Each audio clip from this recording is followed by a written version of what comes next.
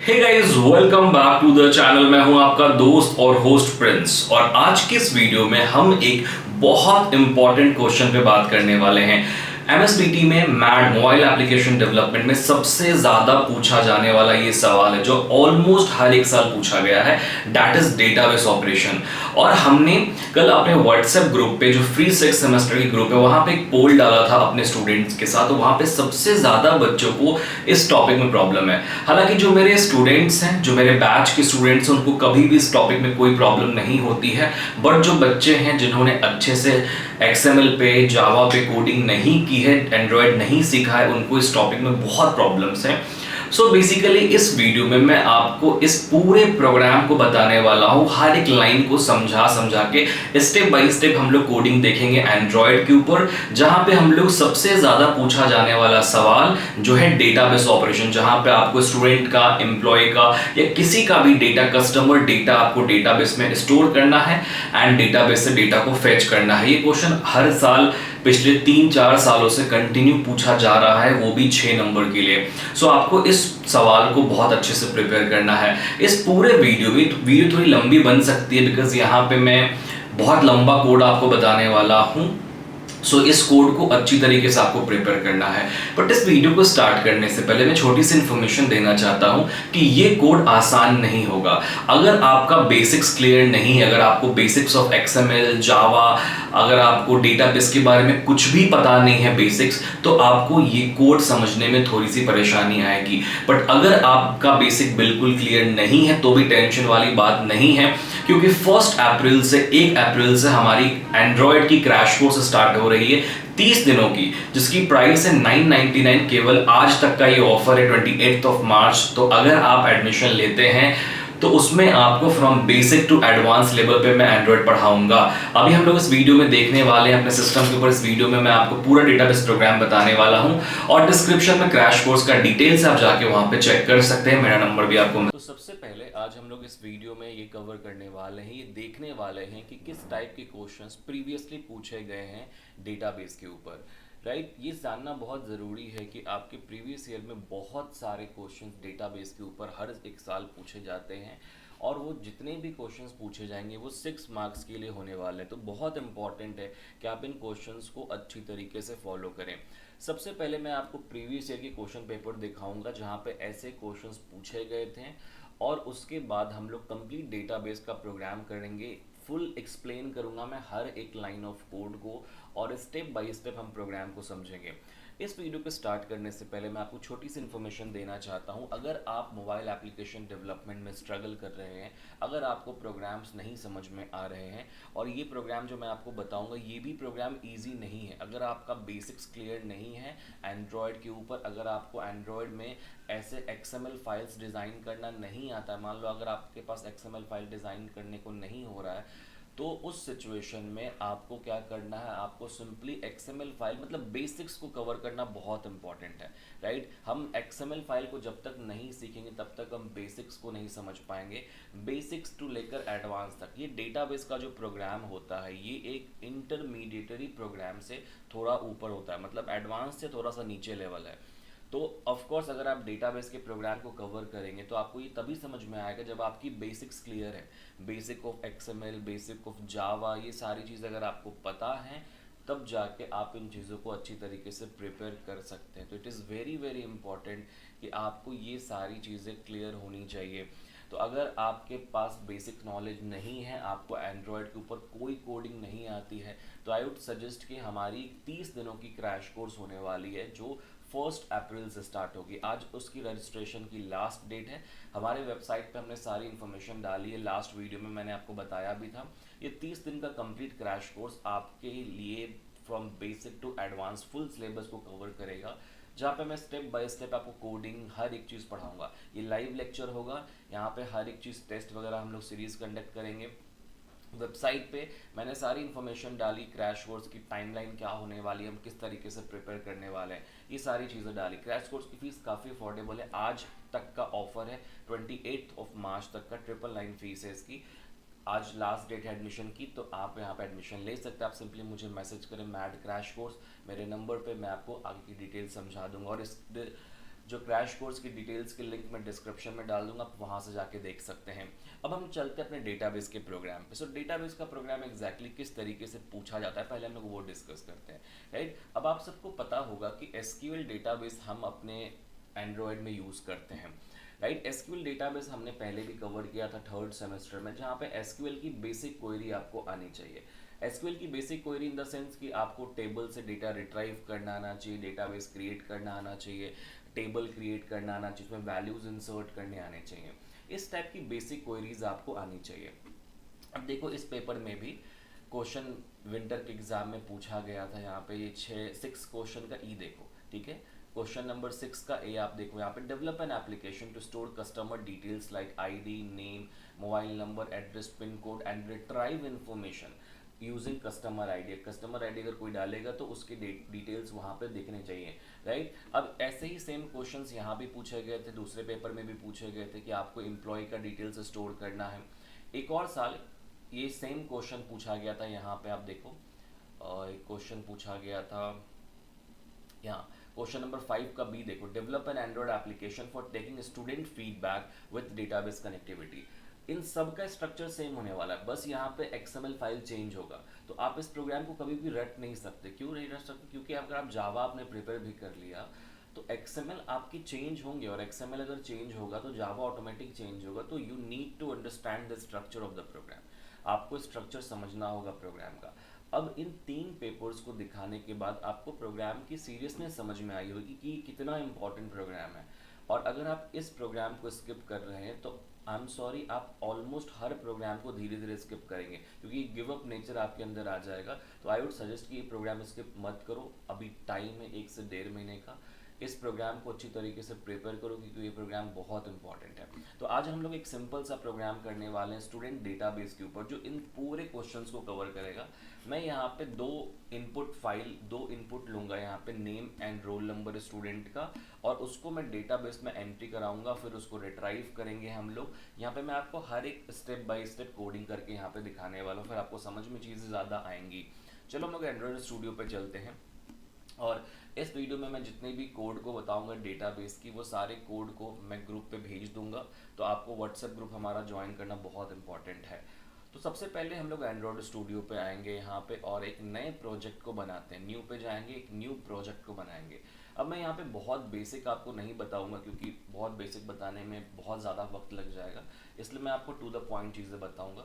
मैं यहाँ पे एप्लीकेशन का नाम कुछ भी आप रख सकते हैं। यहाँ पे मैंने यहाँ पे रखा है स्टूडेंट फीडबैक सिस्टम, राइट। आप यहाँ पे कुछ भी रख सकते हैं। मैं पैकेज नेम को कुछ भी टच नहीं करूँगा, सेव लोकेशन भी एज इट इज़ रखूँगा। जावा में है मुझे कोड करना, तो मैं जावा, SDK में मुझे कोई चेंज करने की ज़रूरत नहीं है, और मैं फिनिश पे सिंपली क्लिक कर दूंगा। जैसे ही मैं फिनिश पे क्लिक करूँगा, एक नया प्रोजेक्ट यहाँ पे क्रिएट होगा। आप देखो यहाँ पे एक न्यू प्रोजेक्ट क्रिएट होके आ रही है।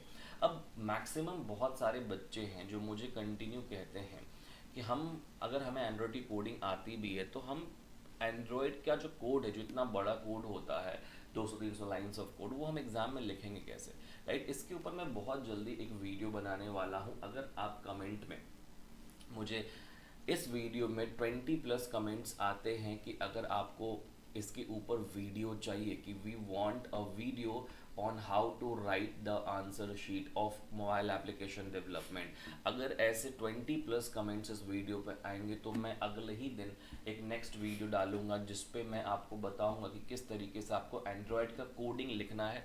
और मैं सैम्पल के साथ बताऊंगा, मैं खुद भी लिखूंगा और आपको भी बताऊंगा कि इस तरीके से आप लिख सकते हैं एक लिमिटेड टाइम फ्रेम में, टाइम मैनेज करके। तो आप कमेंट करो अगर आपको एक ऐसी वीडियो चाहिए तो, और बाकी अपने सारे दोस्तों को भी बोलो कमेंट करने के लिए। देखो सबसे पहले मेरे पास बाय डिफ़ॉल्ट ये XML की फाइल आती है और बाय डिफ़ॉल्ट जावा की फाइल आती है। आई एम होपिंग कि आप सबको XML और जावा के बीच में डिफरेंस पता है। शॉर्ट में बता दूं, XML पे हम UI डिज़ाइन करेंगे, जावा पे हम अपने कोड को, लॉजिक को लिखेंगे, ठीक है। सबसे पहले हम यहाँ पे, मेरे पास बाय डिफ़ॉल्ट जो नए वर्जन एंड्रॉयड स्टूडियो, इसमें कुछ कोड जो है जो मेरे काम की नहीं होती है, तो मैं यहाँ से इस कोड को हटा देता हूँ। इतना कोड मैं हटा दूंगा यहाँ से, और एज को भी हटा दूंगा, ठीक है। ये बाय डिफ़ॉल्ट कोड मुझे रखना है। अब जो यूजलेस पैकेजेस है उनको आप यहाँ से डिलीट कर सकते हैं। पैकेजेस को मैंने पैकेज भी यहाँ से डिलीट कर दिया। XML पे आओ, ऊपर आपको दिख रहा है यहाँ पे राइट साइड के टॉप बार में स्प्लिट, हम स्प्लिट पे हमेशा कोड करते हैं ताकि हमें अपना यूआई राइट साइड में दिखे और हमारा लेफ्ट सेंटर में हमारी कोडिंग हो और लेफ्ट साइड में हमारा डायरेक्टरी स्ट्रक्चर हो, राइट। ये आपका स्ट्रक्चर होना चाहिए कोडिंग का, ये एक परफेक्ट स्ट्रक्चर है। बहुत लोग ड्रैग एंड ड्रॉप करते हैं, पर ड्रैग एंड ड्रॉप से आप कभी भी कोई कोडिंग नहीं सीख सकते, ये मेरी गारंटी है। सो ऑलवेज रिमेंबर कि आपको कोडिंग हमेशा हैंड्स ऑन टाइप करके करनी है, हैंड ड्रैग एंड ड्रॉप नहीं करना है बिगिनर के लिए।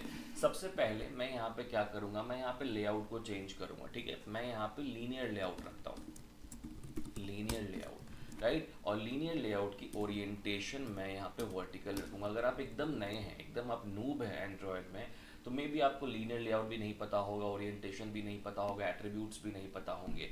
उस सिचुएशन में you need to learn from the basics. आप ऐसे इन वीडियोस से नहीं सीख सकते, ये मैं आपको पहले ही डिस्क्लेमर दे रहा हूँ, क्योंकि इस वीडियो में मैं आपको डायरेक्टली एक एडवांस टॉपिक पढ़ा रहा हूँ जो सबसे ज़्यादा कॉम्प्लिकेटेड है और मैक्सिमम बच्चों को समझ में नहीं आता है। बट इस पॉइंट तक आने के लिए you need to understand the basics of Android. तो मैंने एक लीनियर लेआउट यहाँ पे डिज़ाइन किया है। अब मैं यहाँ पे डेटाबेस में simple name and roll number input लेना चाहता हूँ और एक बटन बनाऊंगा सेंड स्टोर डेटा के लिए और एक बटन बनाऊंगा मैं डिस्प्ले डेटा के लिए, राइट। मैं यहाँ पे दो बटन्स बनाऊंगा, दो बॉक्सेस लूँगा इनपुट के लिए। उससे पहले मैं यहाँ पे एक छोटी सी इन्फॉर्मेशन ऊपर देना चाहता हूँ, टेक्स्ट डिस्प्ले कराना चाहता हूँ कि this is a feedback system. ये ऑप्शनल पार्ट है, तो मैंने यहाँ पे टेक्स्ट डाल दिया फीडबैक सिस्टम, ठीक है। फीडबैक सिस्टम में तो जाहिर सी बात है कि आपको एक फीडबैक के लिए भी इनपुट बॉक्स लेना पड़ेगा। मैं आपको दो लेके दिखाऊंगा, आप 3, 4, 5 जितने चाहे उतने इनपुट बॉक्स यहाँ पे ले सकते हैं। मैंने इसको सेंटर में सेट कर दिया, इसकी साइज़ मैं चेंज कर दूंगा, साइज़ कर दूंगा 30 dB, ठीक है। Margin top. अब जो बच्चे नए हैं उनको थोड़ा कॉम्प्लिकेटेड लगेगा, बट जो मेरे स्टूडेंट हैं उनको ये बहुत इजी लगेगा, बहुत एक्सट्रीमली इजी, क्योंकि हम लोग ये चीज़ें एटलीस्ट 10 से ज़्यादा बार कर चुके हैं अपने क्लासेस में। जो मेरे स्टूडेंट हैं उनको मैं रिक्वेस्ट करूँगा कि अगर आपको ये चीज़ ईजी लगती है तो आप प्लीज़ मुझे कमेंट में बताइए, क्योंकि ये चीज़ें बहुत सिंपल है, XML फाइल एटलीस्ट।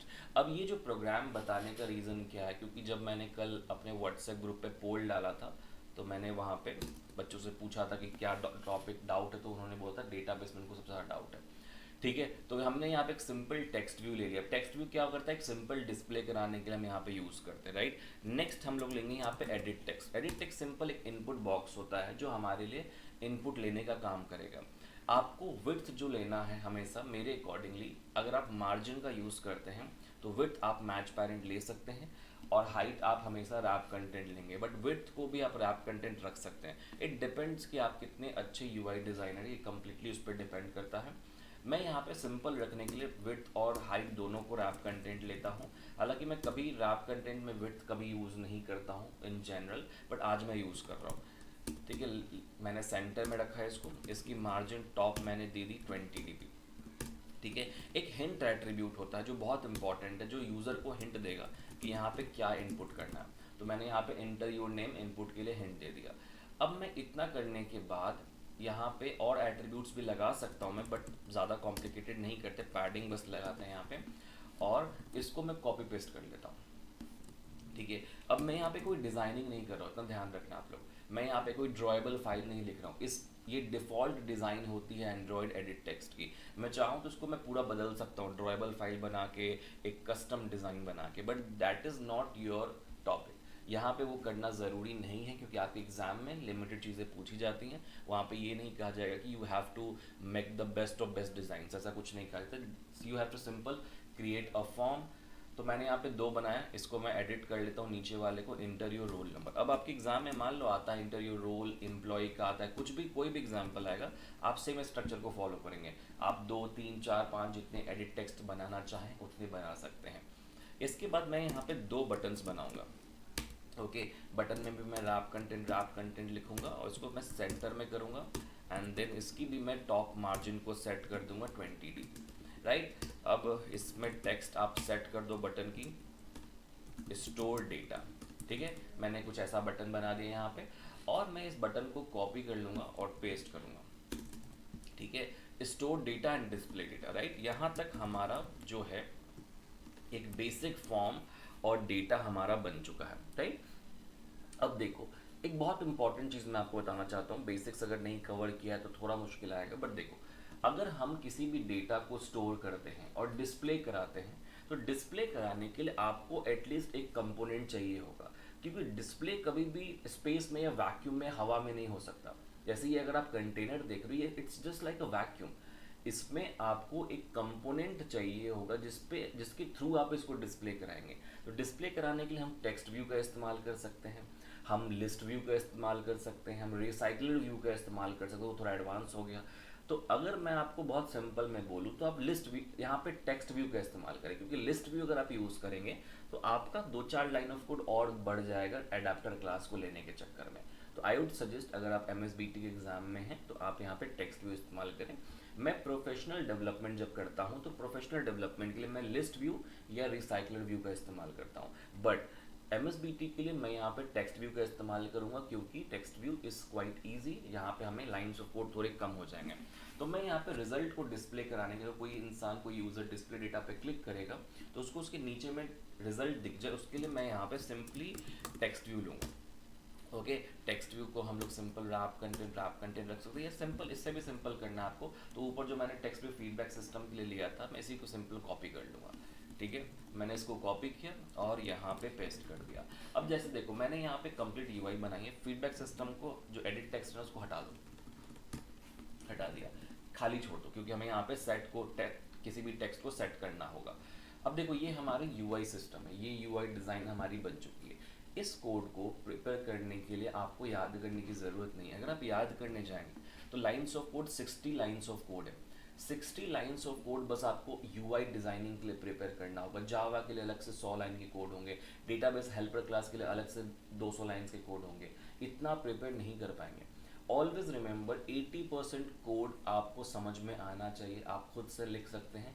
20% कोड आप मैक्सिमम प्रिपेयर करेंगे, जो सिंटैक्स होगा, जो क्वेरीज होंगी, वो आप याद करेंगे। So it is very important कि आपको ये सारे कोड्स जो हैं वो याद रहें, या आपको ये कोड्स जो हैं वो प्रिपेयर्ड हों। अब जैसे ये कोड मैं अगर करता हूँ तो मुझे याद नहीं है ये सारे कोड, ठीक है, किसी को भी याद नहीं होते, इतना कोड याद रखना इट इज़ नॉट पॉसिबल। ठीक है, तो हमें ये चीज़ आती है, हमें कोडिंग करना आता तो हम करते, तो इसलिए आपको सीखना है पहले कोडिंग बेसिक सीखना, फिर हमें एडवांस टॉपिक पे जाना है। तो यहाँ पे मेरा UI जो है वो बन चुका है। एक बार मैं इस प्रोग्राम को रन करके चेक करता हूँ कि हमारा UI जो है वो सही है या नहीं। अभी हमें UI में कुछ चीज़ें और भी ऐड करनी है, जो अभी हम लोग ऐड करेंगे, because we are not done yet. अभी हमें UI में एक छोटी सी चीज़ और ऐड करनी है, बट हम इस प्रोग्राम को पहले रन करा रहे हैं ताकि हमें ये समझ में आए कि UI में कोई प्रॉब्लम तो नहीं है। तो हम इस प्रोग्राम को रन करके UI चेक करते हैं कि हमारा UI जो है वो सही तरीके से रन कर रहा है या नहीं कर रहा। अब जब तक हमारा प्रोग्राम रन होगा तो आपको चीज़ मैं बता दूं, यहाँ पे हमारे पास एक जावा फाइल है, मेन एक्टिविटी डॉट जावा। ये फाइल देखो आप, main activity dot Java. But इसके अलावा हमें एक और जावा क्लास बनाना होगा डेटाबेस के प्रोग्राम में। बहुत सारे बुक में आपको ऐसा एग्जाम्पल दिखता है कि मेन एक्टिविटी के अंदर ही सारे कोड्स लिखे होते हैं डेटाबेस के, but that's a very bad practice. वो एक बैड प्रैक्टिस है और उससे कोड और कॉम्प्लिकेटेड हो जाती है। So you have to remember कि जो डेटाबेस का कोड है उसको आपको अलग जावा क्लास में लिखना है और मेन लॉजिक आपको अलग जावा क्लास में लिखना है। जब भी डेटाबेस का प्रोग्राम आप करेंगे तो आप एक अलग से जावा क्लास बनाएंगे जिसको हम लोग कहते हैं डेटाबेस हेल्पर क्लास। तो पहले हमने सबसे पहले UI बनाया। ये देखो हमारा UI परफेक्टली रन हो रहा है। मैं यहाँ पे अपना नेम इनपुट दे सकता हूँ। जैसे मान लो यहाँ पे मैंने इनपुट लिया तो यहाँ पे मैं प्रिंस टाइप कर सकता हूँ, रोल नंबर 25 टाइप कर सकता हूँ। स्टोर डेटा का बटन है, डिस्प्ले डेटा का बटन है। अभी बटन कुछ काम नहीं कर रहा क्योंकि अभी तक हमने लॉजिक वगैरह कुछ भी सेट नहीं किया है। बट अभी हमारा UI कंप्लीट नहीं हुआ। UI में एक छोटी सी चीज़ और बाकी है। अब देखो, अगर हमें किसी भी व्यू पे, इन सबको हम व्यू कहते हैं, edit text is a view, is a class. तो इस क्लास पे अगर हमें किसी भी टाइप के ऑपरेशन को करना है परफॉर्म, हम जावा में इस क्लास पे किसी भी ऑपरेशन को परफॉर्म करते हैं, तो इसके लिए ये बहुत इंपॉर्टेंट होता है कि हम इसको जावा फाइल से कनेक्ट करें। हालांकि मेरा लेआउट फाइल ऑलरेडी यहाँ पे जावा फाइल से कनेक्टेड है। देखो यहाँ पे r.layout.activity में इस कोड के द्वारा मेरा XML जो है वो टेक्निकली एसोसिएटेड है जावा फाइल से। But it is also important कि आप इन सारे व्यू को एसोसिएट करें जावा के डिफरेंट क्लासेस से। ये बहुत इंपॉर्टेंट है। उसके लिए हम जावा पे क्लास, वेरिएबल्स और कास्टिंग करते हैं, बट वो एक सेकेंड स्टेप होता है। उससे पहले हम यहाँ पे XML पे हर एक व्यू की ID को सेट करेंगे। राइट। तो हम आईडी को कहाँ कहाँ सेट करते हैं, अभी ऊपर जो फीडबैक सिस्टम लिखा गया इसकी आईडी सेट करना ज़रूरी नहीं है, क्योंकि ये जो फीडबैक सिस्टम है ये मेरे लिए स्टैटिक है, तो इस पर मुझे कुछ ऑपरेशन परफॉर्म नहीं करना, बट जिस पे ऑपरेशन परफॉर्म करना है उसकी आईडी आप दो। जैसे एडिट टेक्स्ट की आईडी आपको देनी होगी, मैंने यहाँ पे आईडी सेट की। आईडी में मैं क्या डाल सकता हूँ, यहाँ पे मान लो कुछ भी आईडी आप डाल दो, एक सिंटैक्स आईडी का आईडी में मैंने डाला एडिट टेक्स्ट नेम, ये मैंने डाल दिया। ठीक है, याद रखना आपको, बिकॉज जावा में काम आएगा। दूसरी एडिट टेक्स्ट का मैंने आईडी डाल दी, यहाँ पे मैंने आईडी डाल दी ईटी रोल। ठीक है, अब ये जो आप @+id/ देख रहे हो ये एक सिंटैक्स है, ये मैंने नहीं लिखा, ये बाय डिफॉल्ट एक सिंटैक्स होता है। ठीक है, @+id कॉल्यूम/ आपके आईडी का नाम। ठीक है, जो नेक्स्ट वीडियो मैंने डिज़ाइन किया हुआ है how to write mad paper, उसमें मैंने बहुत सिंपल वे में आपको समझाया है कि आपको अपने पेपर्स को कैसे लिखना है। ठीक है, तो वहाँ पे ये चीज़ें मैं बताऊंगा कि एग्ज़ाम में इसको कैसे याद रखना है। इसके बाद मैं बटन में सेम चीज़ करूँगा। बटन में मैंने यहाँ पे किया आईडी, ओके, BTN स्टोर, इसका नाम रखा मैंने BTN स्टोर, और इस आईडी इस बटन की नाम रखूँगा, इस बटन का नाम रखूँगा मैं BTN डिस्प्ले। ठीक है, और लास्ट मेरा जो टेक्स्ट व्यू है जहाँ पे मेरा रिजल्ट दिखने वाला है, इसकी भी मैं आईडी सेट कर दूंगा। यहाँ पे इसकी मैं आईडी रख दूंगा टेक्स्ट व्यू रिजल्ट। ठीक है, मैंने इन सब की आईडी को सेट किया है। अब मेरा XML फाइल जो है वो कंप्लीट हो चुका है। इस आईडी को ऐड करने से आपके डिज़ाइन में कुछ चेंजेस नहीं होने वाले हैं, राइट। ये आईडी बस ये जो आईडी हमने अभी सेट किया है, it is just like an identifier, जिसका काम होगा जावा से कनेक्टिविटी इस्टेब्लिश करना। तो सबसे पहले स्टेप में आपको आईडी सेट करनी है। दूसरे स्टेज में आपको अपने सारे व्यू को जावा में एसोसिएट करना है। तीसरे स्टेप में हम डेटाबेस हेल्पर क्लास पे जाएंगे, और हम चौथे स्टेप में वापस से आएंगे अपने मेन एक्टिविटी डॉट जावा पे। तो सबसे पहले हम लोग अपने सेकेंड स्टेप पे चलते हैं, मेन एक्टिविटी डॉट जावा पे, यहाँ पे, और हम यहाँ पे प्रॉपर कोड को लिखेंगे, प्रॉपर इन सारे व्यू को यहाँ पे कास्ट करेंगे जो हमने यहाँ पे बनाया है, राइट। तो हम किस तरीके से वो करेंगे, सबसे पहले आप सबको पता है एक बेसिक जावा का रूल है कि जब भी आप यहाँ पे जावा में किसी भी क्लास को इस्तेमाल करते हैं या उसको इनिशलाइज करते हैं, तो आपको उस क्लास का ऑब्जेक्ट बनाना होता है। अब यहाँ पे text view, edit text, button, ये सब क्लासेस के नाम हैं। तो हम सबसे पहले जावा में आएंगे, अपने मेन ऑन क्रिएट मेथड के बाहर बनाएंगे ऑब्जेक्ट। क्यों बनाएंगे, क्योंकि उसका स्कोप बढ़ जाएगा। तो हम यहाँ पे सिंपल एडिट टेक्स्ट लिखेंगे, एडिट टेक्स्ट का एक ऑब्जेक्ट बनाएंगे। हमने बनाया ET name, ET role number. ठीक है, अब ये ज़रूरी नहीं है कि जो आईडी आपने लिया वही सेम नाम आप ऑब्जेक्ट भी बनाओ, ये कोई ज़रूरी नहीं है। और हमने यहाँ पे बटन बनाया, बटन में हमने BTN स्टोर एक वेरिएबल बनाया और BTN डिस्प्ले एक वेरिएबल बनाया, और एक लास्ट हम टेक्स्ट व्यू लेंगे, यहाँ पे टेक्स्ट व्यू टीवी रिजल्ट बनाया। ठीक है, अब हमने ये 3 ऑब्जेक्ट्स यहाँ पे बना लिए, बट अभी तक हमारा ईटी नेम जो ये वेरिएबल है, इससे हमारी इस XML की व्यू में कोई कनेक्शन इस्टेब्लिश नहीं हुई है। ये कनेक्शन इस्टेब्लिश करना बहुत ज़रूरी है। ये कैसे करेंगे, आईडी के द्वारा। जो हमने आईडी सेट की थी, तो जावा में एक एक फंक्शन होता है जिसको हम लोग कहते हैं फाइंड व्यू बाय आईडी। आप किसी भी व्यू को आईडी के द्वारा फाइंड आउट कर सकते हैं। अब यहाँ पे जो भी मैंने लिखा है ना, ये सब व्यू है, इसको टेक्निकल टर्म्स में व्यू का नाम देते हैं। सो हम यहाँ पे जावा पे आएंगे ऑन क्रिएट मेथड के अंदर, और इस प्रोसेस को हम कास्टिंग कहते हैं। तो ये वेरिएबल का नाम लिखना है आपको, जो आपने वेरिएबल बनाया है, ET name is equals to find view by ID, r.id. r का मतलब रिसोर्सेज, आईडी का मतलब आईडी, डॉट जो आपने आईडी का नाम सेट किया था, ईटी नेम। अब ये वेरिएबल नेम और आईडी नेम सेम भी हो सकता है और डिफरेंट भी हो सकता है, डजंट मैटर। आप सेम भी रख सकते हैं, डिफरेंट भी रख सकते हैं। ईटी रोल नंबर को भी कास्ट कर लो, find view by D r.id.et roll number. ठीक है, मैंने इसको भी कास्ट कर लिया।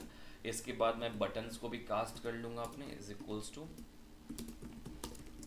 r.id.btn store, BTN display is equals to find view by D r.id.btn display. ठीक है, अब लास्ट हमारा रिजल्ट को भी हम यहाँ पे कास्टिंग कर लेंगे, id.tv रिजल्ट। ठीक है, हमने यहाँ पे सारे कास्टिंग कर लिया, मतलब हमारा जो XML है इसके सारे व्यू हैं, now it is connected to Java. अब हम इन जावा पे ईटी नेम रोल जो भी वेरिएबल्स हमने बनाया है ना, अब हम इस पे जो भी ऑपरेशन परफॉर्म करेंगे वो सारे ऑपरेशंस आप एक्सएमएल में देख पाएंगे या उस ऑपरेशन को आप लॉजिकली हैंडल कर सकते हैं, राइट। तो ये था हमारा बेसिक कास्टिंग का प्रोसेस, बट यहाँ पे बात खत्म नहीं हुई है। अभी हम अपने प्रोग्राम के 30% पार्ट को हमने कंप्लीट किया है। अब आप ये सोच रहे होंगे कि यहीं तक हमने बस 30% प्रोग्राम को किया है जो 6 नंबर का है, इसमें हमें कितना टाइम लगे, 23 मिनट्स का टाइम इतने प्रोग्राम्स को करने में ही लग गया है, जहाँ पे हमने केवल एक्सएमएल और कास्टिंग की है, पूरा मेन एक्टिविटी डॉट जावा भी नहीं किया है। द थिंग इज कि जब आप इसको पहली बार पढ़ते हैं या जैसे अभी मैं पढ़ा रहा हूँ आपको, तो मैं हर एक बेसिक चीज़ें बता रहा हूँ, इसलिए ज़्यादा टाइम लगता है। 1 घंटे एक प्रोग्राम में एटलीस्ट डेटाबेस के 1 घंटे लगते हैं, कंटेंट प्रोवाइडर के प्रोग्राम में 1 घंटे लगते हैं। पर जब आप इस प्रोग्राम को प्रिपेयर कर लेते हैं और मैं जब आपको लिखने का तरीका बताता हूँ कि किस तरीके से आपको ये प्रोग्राम लिखना है, प्रैक्टिस होती है, तो 10 से 12 मिनट के अंदर में ये प्रोग्राम प्रिपेयर करना बहुत आसान है। आप 10 से 12 मिनट के अंदर में या मैक्सिमम 15 मिनट्स में इस प्रोग्राम को ईजिली लिख सकते हैं। तो ये टेंशन मत लो, अभी मैं आपको समझाने के लिए थोड़ा ज़्यादा टाइम ले रहा हूँ, but once you get the program, now it will become very easy, ठीक है। तो यहाँ तक आई होप आप जितने लोगों ने भी देखा है उन सबका क्लियर होगा यहाँ तक कि हमें एग्जैक्टली यूआई कैसे डिज़ाइनिंग करनी है, हमें जावा फाइल किस तरीके से डिज़ाइन करना है, कास्टिंग तक, ठीक है। अब क्या होता है इसके बाद, अब हम सिंपली जैसे हम यहाँ पे अलग अलग मेथड्स को बनाते हैं और उन मेथड्स को सिंपली बटन क्लिक पे कॉल करते हैं। तो मैं सबसे पहले मेथड बनाने से पहले, क्योंकि अभी हमने डेटाबेस हेल्पर क्लास बनाया ही नहीं है जहाँ पे डेटाबेस की एक्चुअल कोड आने वाली है, बट उससे पहले मैं इन दोनों बटन पे ना लिसनर लगा देता हूँ ताकि बस मुझे उसके अंदर लिखना पड़े फंक्शन का। तो मैं लिखूंगा button store dot set on click listener. ये बेसिकली क्या करेगा हमारे लिए, ये क्लिक इवेंट डालेगा कि अगर इस फंक्शन के अंदर जो मैं लिखूंगा वो बटन क्लिक पे एग्जीक्यूट होगा। इसके बाद new view dot on click listener, देखो ये ऑन क्लिक मेथड जो है इसके अंदर आप जो भी लिखेंगे ना वो बटन क्लिक पे एग्जीक्यूट हो जाएगा। तो इसके अंदर मैं अपने इंसर्शन का कोड डालूंगा और एक सेम बटन का लिसनर बनाऊंगा, btn display dot set on click listener new view dot on click listener, ठीक है। और इसके अंदर मैं डालूंगा अपने डिस्प्ले का कोड, राइट। इसके अंदर स्टोर का कोड आएगा, इसके अंदर डिस्प्ले का कोड आएगा। आप चाहें तो यहाँ पे आप कमेंट डाल सकते हैं, मैंने यहाँ पे कमेंट डाल दिया ताकि हमें नेक्स्ट टाइम इस समझ में आए। यहाँ पे आएगा डेटाबेस इंसर्शन लॉजिक पार्ट, ठीक है। और यहाँ पे आएगा कोड हमारा जो आएगा यहाँ पे डेटाबेस डिस्प्ले लॉजिक पार्ट, जो हम डेटाबेस डिस्प्ले कराएंगे, ठीक है। ये मेन एक्टिविटी का एक बहुत इंपॉर्टेंट पार्ट है, ये बहुत बेसिक था, इतना आप सबको आना चाहिए। एक स्ट्रक्चरिंग ऑफ द प्रोग्राम है कि अभी तक हमने बस अपना प्रोग्राम का स्ट्रक्चर तैयार किया है कि हमारा एक्सएमएल कैसा होगा, हमारी मेन एक्टिविटी में क्लिक लिस्टनर वगैरह हम किस तरीके से सेट करने वाले हैं। आई वॉन्ट कि आप सब मेरे साथ साथ प्रैक्टिस करें ताकि आप सबको चीज़ें अच्छी तरीके से एग्जीक्यूट हों और समझ में आए, ठीक है। अब हमें एक नया जावा क्लास बनाना है जो हमारा डेटाबेस हेल्पर क्लास होगा। दैट मीन्स कि वो हमारे डेटाबेस को हैंडल करेगा। जैसे डेटाबेस में हम क्या हैंडल करते हैं, मोस्टली हम अपने टेबल को क्रिएट करेंगे डेटाबेस के अंदर, बिकॉज डेटाबेस हमें क्रिएट करने की ज़रूरत नहीं है, हम सिंपली यहाँ पे एक टेबल क्रिएट करेंगे और टेबल को क्रिएट करने के बाद हम यहाँ पे उसमें वैल्यू इंसर्ट करने की लॉजिक को लिखेंगे। वो बहुत सिंपल लॉजिक है, एक सिंपल क्वेरी हम एग्जीक्यूट करा देंगे जहाँ पे आप सिंपली तरीके से उसमें वैल्यूज़ इंसर्ट कर सकते हैं और हम यहाँ पे उसकी वैल्यूज़ को रिट्राइव करने के लिए लॉजिक लिखेंगे जो भी बहुत सिंपल है, राइट। और उसके बाद हम वापस उन पूरे लॉजिक को इम्प्लीमेंट करेंगे अपने मेन एक्टिविटी डॉट जावा पे, ठीक है। तो ये 2-3 स्टेप्स जो हैं इस प्रोग्राम के और बाकी हैं। तो अभी सबसे पहले हम लोग क्या करते हैं, डेटाबेस हेल्पर क्लास बनाते हैं। तो यहाँ पे देखो डेटाबेस हेल्पर क्लास बनाने के लिए जो बच्चे एकदम नूब हैं, एकदम नए हैं, उनको थोड़ी प्रॉब्लम होगी। तो हम लेफ्ट साइड में डायरेक्टरी स्ट्रक्चर देखते हैं, उसमें जावा फोल्डर आपको दिख रहा है मैनिफेस्ट के जस्ट नीचे, उसको टिक करो। सबसे पहला पैकेज है com.example.student feedback system, जो आपके प्रोजेक्ट का नाम है, उसको टिक करो। यहाँ पे आपको एक जावा क्लास दिख रही है, हम एक और जावा क्लास बनाएंगे। राइट क्लिक करेंगे, न्यू पे जाएंगे, जावा क्लास। इसका नाम आप कुछ भी रख सकते हैं, बट ध्यान रखना कि name should be standard so that you remember the name.